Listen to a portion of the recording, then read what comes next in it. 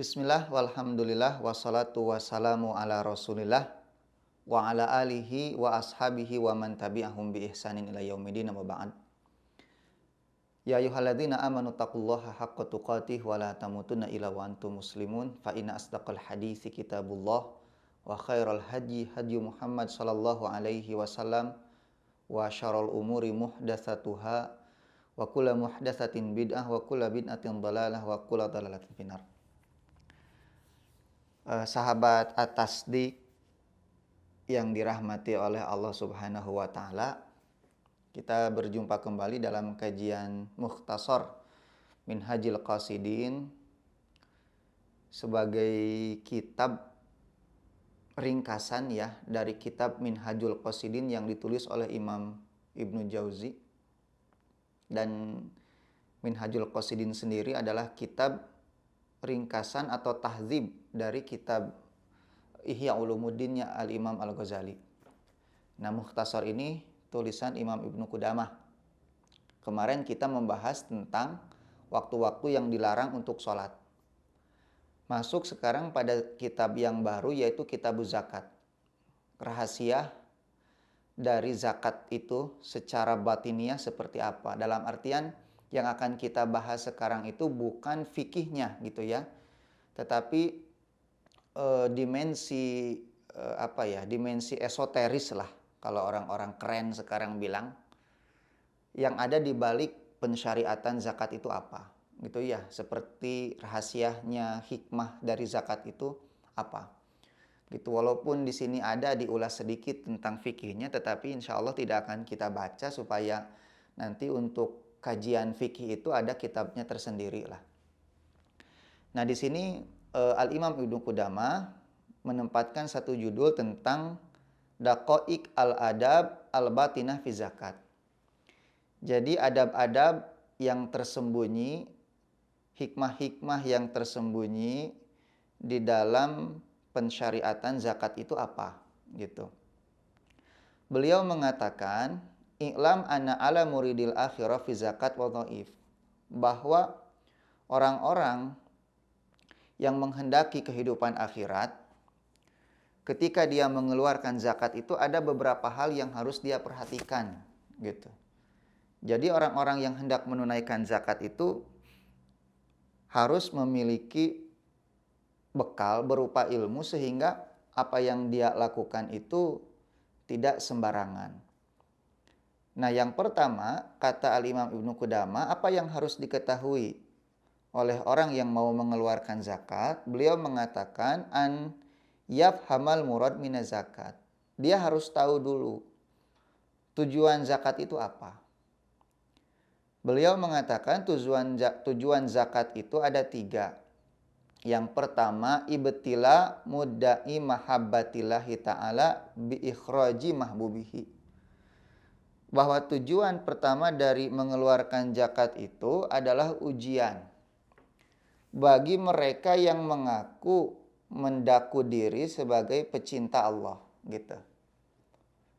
Dengan cara mengeluarkan apa yang dia cintai. Karena banyak orang-orang yang mengaku mencintai Allah, nah buktinya apa? Gitu. Bukti kecintaan dia kepada Allah itu apa? Salah satunya adalah mengeluarkan, mengorbankan, merelakan apa yang dia cintai dalam satu bingkai ibadah yang disebut dengan apa? Zakat. Jangan sampai mengaku cinta kepada Allah, tapi ketika Allah menyuruh dia mengeluarkan apa yang dia cintai berupa harta, dia nggak mau gitu. Berarti kan dia tidak mengamalkan firman Allah, walladzina amanu asyaddu hubban lillah gitu ya, bahwa cintanya orang beriman kepada Allah itu melebihi dari cintanya kepada apapun gitu. Sampai Allah mengatakan, lan tanalul birra hatta tunfiqu mimma tuhibbun. Kalian tidak akan pernah memperoleh kebaikan, kata Allah, sampai kalian menginfakkan, mengeluarkan zakat dari apa yang kalian cintai itu. Gitu. Oleh sebab itu Ibnu Umar itu kalau dia memiliki sesuatu yang dia cintai, maka dia akan sodakohkan sesuatu itu. Gitu ya. Ada seorang ulama, dia seneng gula. Kemudian ada fakir miskin yang minta-minta. Keluarganya memberi dia roti dengan alasan roti akan lebih bermanfaat bagi fakir miskin itu. Maka ulama itu mengatakan, "Wailak, celaka engkau, keluarkan gula karena aku sukanya gula," gitu. Nah, jadi bersedekah, berinfak dengan sesuatu yang kita cintai itu lebih utama gitu ya. Antum punya mobil, sedekahkan mobilnya untuk yayasan Atasdik misalnya. Wah, itu sangat utama sekali gitu. Nah, jadi itu tujuan zakat itu. Ujian ya bagi seorang hamba yang mengaku mencintai Allah untuk mengeluarkan apa yang dia cintai dari kehidupan dunianya ini. Kemudian yang kedua, tujuan zakat itu apa? Tanazu'an sifatil bukhli wal muhlik al-muhlik. Membersihkan diri dari sifat bakhil yang mencelakakan. Nah, sifat bakhil ini sifat manusiawi yang ada dalam diri manusia. Tidak ada manusia kecuali ada benih-benih kebakhilan dalam dirinya. Kalau dipelihara akan bertambah besar. Nah, cara mengalahkan sifat bakhil ini adalah melakukan kebalikan dari bakhil itu. Gitu, yaitu banyak memberi. Maka dengan banyak memberi, sifat bakhil yang memang bagian dari diri manusia itu sedikit demi sedikit akan terkikis, walaupun tidak akan hilang sebetulnya mah. Tidak akan hilang. Kenapa? Karena justru pahala itu akan menjadi besar ketika kita mampu mengalahkan sifat bakhil itu. Kalau sifat bakhil sudah nggak ada ya berarti tidak ada tantangan. Gitu ya. Beda antara orang yang misalnya dia tidak bermaksiat karena memang tidak ada keinginan, dengan orang yang tidak bermaksiat karena perjuangan menahan. Dia ingin bermaksiat tapi dia menahannya. Tentu pahalanya akan lebih besar orang-orang seperti itu gitu. Ya, ada orang tidak berzina karena memang tidak punya hasrat misalnya. Penyakit apa itu yang namanya itu? Impoten misalnya. Tidak berzina ya dia nggak mendapatkan pahala dengan hal itu. Tapi ada orang yang potensi zinanya besar tapi kemudian dia bertahan untuk tidak berzina, maka pahalanya tentu akan besar orang seperti itu. Nah, jadi dengan banyak mengeluarkan harta diantaranya melalui zakat ini akan mengikis sedikit demi sedikit sifat apa? Sifat bakhil itu. Dan bakhil itu al-muhlik kata Syekh, mencelakakan. Yang ketiga, syukru nikmatil mal, mensyukuri nikmat harta. Karena syukur itu kan dimensinya 3 ya, dengan hati, lisan, dan perbuatan. Dengan hati meyakini bahwa pemberi nikmat itu Allah. Dengan lisan kita ucapkan alhamdulillah, segala puji bagi Allah. Kemudian kita bercerita tentang nikmat itu, tong papaehan cek orang Sunda mah. Kemudian yang ketiga itu kita menggunakan nikmat itu sesuai dengan apa yang Allah kehendaki. Nah, di antara apa yang Allah kehendaki itu adalah mengeluarkan zakat dari sebagian harta yang kita miliki, maka itu sebagai bukti mensyukuri nikmat Allah Subhanahu wa taala. Artinya orang-orang yang bakhil gitu tidak mau berzakat itu orang yang kufur nikmat. Gitu ya, orang yang kufur nikmat. Nah, itu yang pertama yang harus diketahui oleh orang yang mau berzakat, mengetahui tujuan dari zakat itu apa. Kemudian yang kedua, ada hal juga rahasia dari mengeluarkan zakat itu, al-isral bi ikhrajiha likaunihi abad minaria wa sum'ah. Gitu ya. Hendaklah orang yang berzakat itu berusaha untuk mengeluarkannya sembunyi-sembunyi gitu. Jangan terang-terangan. Kenapa? Karena itu lebih membuat kita jauh dari riya. Gitu ya, potensi riyanya jadi diminimalisir lah. Jangan seperti orang-orang yang di TV itu mau ngeluarin zakat, kemudian manggil wartawan, zakatnya di amplopan dibagi, orang berebut silih injak, pas dibuka isina ngan 10.000 gitu, meuli baso Mang Alan ge beak kan gitu ya.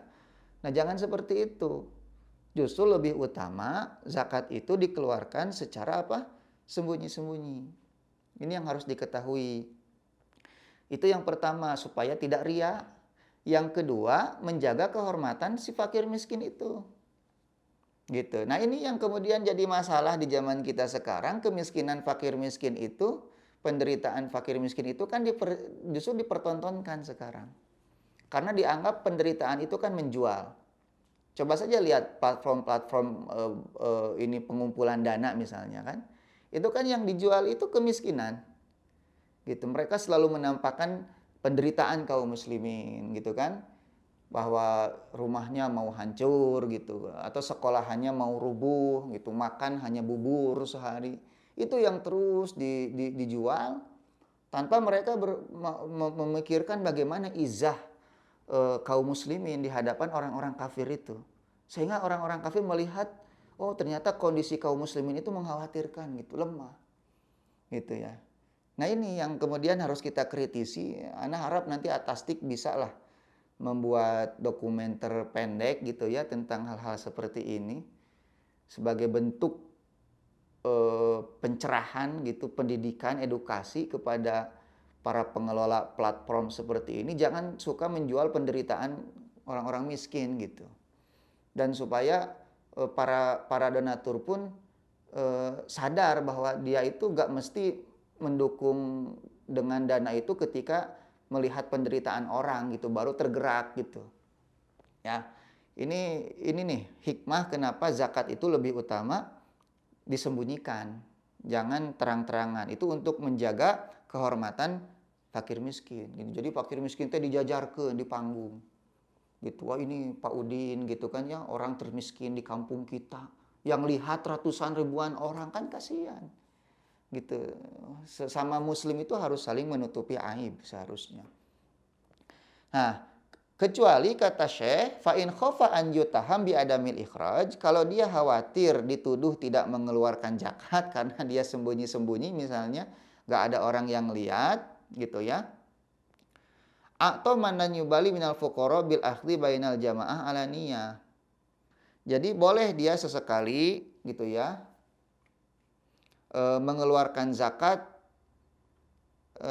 di hadapan orang lain gitu, tetapi zakat itu berikan kepada orang fakir yang fakir itu dia fakir tetapi kemudian tidak menunjukkan apa kefakirannya gitu. Orang-orang fakir yang tidak peduli sebetulnya dengan kefakirannya, dia artinya punya izah lah orang. Jadi berikan bahwa dia sudah memberikan zakat itu, gitu ya. Tapi itu pun jangan seluruh orang fakir seperti itu.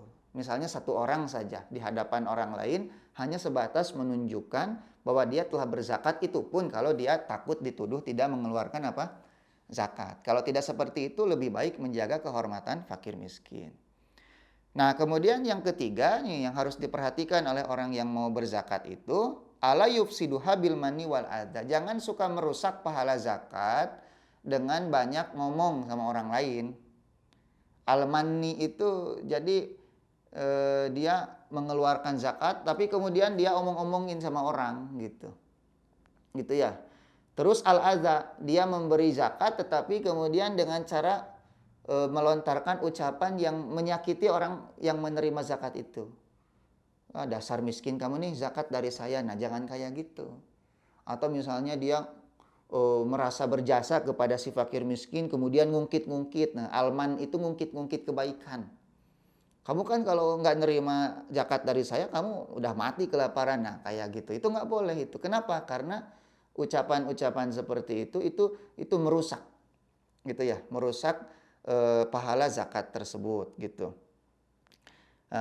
Wadzalika anal insan idza ra'a nafsahu muhsinan ilal ghair muna'aman bil iqta rubama hasala minhu dzalik walau haqqan nazar gitu ya. Kenapa? Karena manusia itu apabila melihat dirinya melakukan kebaikan kepada orang yang lain gitu ya, muna'aman bil iqta, dia akan merasa akan merasa berjasa kepada orang ketika dia memberikan hal tersebut gitu ya. Dan ini rubama hasola min hudzalik. Dan bahkan kadang-kadang karena dia merasa berjasa, terkadang dia merasa harus dia pun harus menerima jasa yang serupa gitu. Kalau orang Sunda bilang dimulang tarima gitu ya. Karena dia sudah merasa berjasa kepada orang lain, maka orang harus mulang tarima kepada dirinya gitu. Itu kadang-kadang manusia sifatnya seperti itu. Nah, makanya Syekh mengatakan seperti ini, walau haqqaqan nazar la ra'al fakir muhsinan ilaih. Sebetulnya orang yang berzakat itu kalau dia mau berpikir saja, maka dia akan mengetahui, menyadari bahwa sebetulnya orang fakirlah yang sudah berbuat baik pada dia sebetulnya. Kenapa? Karena zakat itu kan bukan punya dia. Zakat itu kan milik si fakir itu. Cuma Allah mau menyalurkan harta kepada si fakir itu melalui diri kita, gitu, dititipkan. Maka ketika dia menitipkan, mengeluarkan zakat kepada si fakir, seharusnya dia itu berterima kasih kepada si fakir. Karena si fakir sudah mau menerima apa? Zakatnya. Coba kalau nggak ada yang mau menerima, gitu. Ya, berarti kan kewajibannya belum tertunaikan. Nah, oleh sebab itu seharusnya orang yang mengeluarkan zakat itu dia berterima kasih kepada si fakir yang mau menerima zakatnya tersebut, gitu ya. Karena dengan hal tersebut dia menjadi tersucikan, gitu ya. Karena zakat itu kan membersihkan diri, gitu. Nah, jadi jangan terbalik gitu. Wa idza stahdara ma'a dzalika ana ikhrajahu li zakat syukrun li ni'matil mal, maka apabila dia sadar gitu ya bahwa dengan mengeluarkan zakat itu tanda syukur dengan nikmat harta, fala yabqa bainahu wa bainal faqir muamalah. Maka setelah dia memberikan harta zakat itu kepada orang fakir, maka nggak ada lagi urusan, sudah selesai. Gitu, nggak ada lagi dia mengungkit-ungkit, tidak perlu lagi dia merasa berjasa kepada si fakir tersebut gitu. Karena dengan seperti itu bagian dari ubudiyah dia, maka selesai. Tidak perlu lagi merasa harus diterima kasihi gitu oleh orang lain. Sehingga layan bagi an yahtakir al fakir li fakrihi, nggak layak dia kemudian menghina si fakir itu karena kefakirannya. Li'anal fadla laisa bil mal, karena keutamaan seseorang tidak diukur dengan harta, wala naqsa bi adamihi, dan tidak juga diukur karena ketidakpunyaan harta. Dan kita tahu bahwa keutamaan seseorang itu bukan karena hartanya, tetapi karena ketakwaannya di sisi Allah Subhanahu wa taala, gitu ya. Kemudian yang berikutnya, orang yang mau berzakat itu jangan pernah dia yastasgir al-atiyah fa inal musta'zim lil fi'li mu'jabbihi, gitu ya. Seorang yang berzakat itu harus menganggap pemberiannya itu pemberian yang sedikit, gitu ya. Jangan pernah menganggap bahwa yang dia berikan itu besar, gitu. Kenapa? Karena kalau dia menganggap apa yang dia berikan itu sesuatu yang besar, dia akan ujub nantinya, gitu ya. Merasa biasa sajalah, tidak ada apa-apanya gitu apa yang dia keluarkan itu. Sehingga para ulama mengatakan kebaikan itu tidak akan sempurna kecuali dengan 3 faktor. Apa? Yang pertama, menganggap kebaikan itu remeh gitu ya, apa yang dilakukan itu tidak ada artinya. Yang kedua, takjil harus disegerakan. Yang ketiga, harus ditutupi. Itu kebaikan itu akan sempurna dengan 3 hal itu. Gitu, menganggap remeh kebaikan yang kita lakukan. Kemudian apa? Menyegerakan kebaikan itu dan merahasiakannya. Kemudian yang kelima yang harus diperhatikan sama orang yang mau berzakat, hendaklah dia berusaha untuk mengeluarkan zakat itu dari harta yang halal. Kemudian dari harta yang paling bagus dan harta yang paling dia cintai, gitu ya. Kenapa? Karena Allah Subhanahu wa taala itu kan thayyib, baik, dan dia tidak akan menerima kecuali yang baik-baik gitu. Dan di dalam Al-Baqarah 267 Allah berfirman, wala tayammamul khabitha minhu tunfikun. Jangan kalian menginfakkan hal-hal yang khabis, jelek, yang kalian sendiri nggak mau mengambilnya, kata Allah, kecuali dengan memincingkan apa? Mata, gitu ya. Nasi basi, makanan basi baru dikasih ke tetangga, nggak boleh seperti itu. Tetangga semua mencret gara-gara makanan kita kan. itu zalim gitu ya. Nah, kemudian yang berikutnya Allah berfirman, "Lan tanalul birra hatta tunfiqu mimma tuhibbun." Kata Allah dalam Ali Imran 92. Kalian tidak akan mendapatkan kebaikan sampai kalian menginfakkan apa yang kalian sukai, gitu ya. Nah, di sini ada satu riwayat dari Ibnu Umar ya, bahwa Ibnu Umar itu mencari-cari ikan ya untuk dimakan gitu. Dan beliau sangat suka dengan ikan tersebut, kemudian keluarganya mencari ikan tersebut dan tidak mendapatkan kecuali seekor saja. Maka mulailah istrinya itu memasak ikan tersebut gitu ya. Kemudian diberikan kepada Ibnu Umar, tiba-tiba datang orang miskin. Gitu. Ketika orang miskin itu datang, Ibnu Umar mengatakan, "Khudhu," kata Ibnu Umar. "Ambil tuh ikan itu." Nah, istrinya kemudian berkata, "Subhanallah," gitu. "Qad anaitana wa ma'ana zadun nu'ti." Kamu, Ibnu Umar, engkau sudah membuat kami kerepotan mencari-cari ikan. Gitu. Tapi kemudian setelah ada, engkau berikan sama fakir miskin. Padahal ada hal yang lain yang bisa kita berikan. Maka Ibnu Umar mengatakan, "Inna Abdullah yuhibbuhu." Sesungguhnya Abdullah Ibnu Umar menyukai ikan itu. Maka beliau pun berikan kepada si fakir miskin tersebut. Nah, ini diantara contoh amaliyah sahabat ketika dia menyukai sesuatu, justru itulah yang kemudian diinfakkan, gitu ya. Kalau kita kan enggak ya, 100.000, 50.000, 10.000, 5.000, jeung 2.000 tak gitu dina loket teh ngajajar. Pas rek infak teh pasti nyokotna 2.000 eta teh. Ya moal 100.000 gitu.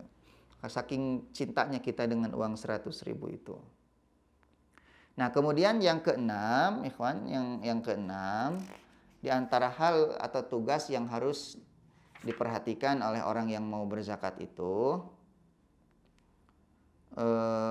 hendaklah dia mencari gitu ya, harta yang hendak disedekahkan itu mantazkubihi, orang yang dengan harta itu dia mensucikan dirinya. Dalam artian apa?